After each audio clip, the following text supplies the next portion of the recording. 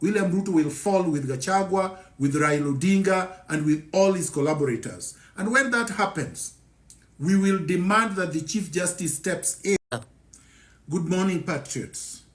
Today, I'm going to speak to you as the General of the National Revolutionary Movement and the General of all the revolutionary forces.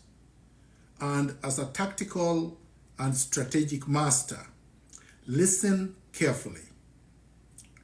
William Ruto is cornered. His back is against the wall. So he's going to act desperately. He's going to act desperately because he wants to cling to power. Now, we have to come up with strategies to defeat William Ruto in the most efficient, effective, and shortest possible time. So what do we need to do? Number one, when attacked at home for no reason and attempts are made to abduct you, make noise and resist. Let members of the neighborhood come to your aid and repulse the goons. Abductions are illegal under the Constitution. Arrests, normal arrests in the regular manner, are legal, but only if they have a basis. You have a right to resist. You have a right to self-defense. So that's number one. Don't run away. Don't cower. Don't put your tail between your legs and simply go like a cow ready for slaughter. Number two, we need to spread William Ruto's goons thin throughout the country, which means that regardless of where you are, from north to south, east to west, you should rise up and protest everywhere, occupy everywhere. William Ruto has a maximum of 325,000 armed men and women. Not enough for 54 million Kenyans. Not enough to suppress a whole country. Spread them thin everywhere. Number two, we need to gather in huge numbers in major cities, starting with Nairobi. This gathering should be in one central place, like they did in Tahrir Square in Tunisia. And you need to make it one huge cavalcade with lots of people, 1 million plus. When you do that, and you do that consistently, and you do not disperse, and you stay there day after day, within 6 days, William Ruto will be no more. His forces will be gone. The international community will abandon him. The press that he is currently also brutalizing. For instance, I express my heartfelt condolences and also sympathies to those that William Ruto brutalized today and the journalists that he shot in Nakuru today. The media must rise up against William Ruto because he turned his guns against the media as much as he turned his guns against the civilians.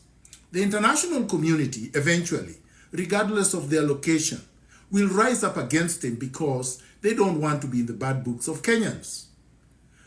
Number 5, I call upon the legal profession because I'm a lawyer, I'm an advocate of the High Court of Kenya, and I practice law as a barrister and solicitor in Canada. The lawyers who are patriotic must rise up against William Ruto. Turn up in large numbers in your gowns and march, draped in Kenyan flags. Let the world see that William Ruto is going to treat the Kenyan flag as contraband, as a criminal garment. Let us expose William Ruto's autocratic, tyrannical DNA to the entire world. Let us expose William Ruto to the media, the international media, including the Githeri media in Kenya. Let us make sure that we expose William Ruto, we resist him, and we protest against him gallantly. Within 6 days of consistent daily protests, William Ruto will fall.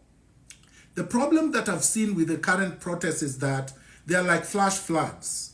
We do them one day, and then we allow him time to go and recuperate and rearm and stock his ammunition and hire more goons. We should not give him respite. We should not give him a breathing space. William Ruto has crossed the Rubicon. He has crossed the red line. He's reached a point of no return. He must fall, and he must fall now. Let us forget about our sectarian and parochial differences. Patriots must unite. And we cannot say that when William Ruto falls, there will be a vacuum. There will be no vacuum. Let nobody say that if William Ruto falls, that Gachagua is going to take power. William Ruto will fall with Gachagua, with Raila Odinga, and with all his collaborators. And when that happens, we will demand that the Chief Justice steps in and chairs the transitional council that will shepherd Kenya into a new republic, where we will have fresh elections with a reconstituted IBC, and we will overhaul the entire system that was set up by the colonialists and revolutionize and transform our systems of government, our economic systems, our social systems, our cultural mores. Kenya is ripe for a rebirth, and we must do this for the country. Don't ask me where I am. Don't ask me where I'm speaking from.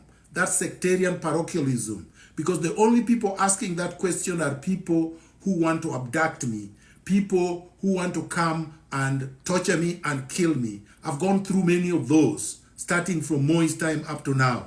Let no old men and women lie to you and sell fear to you that William Ruto has reformed, that now is the time to give him time.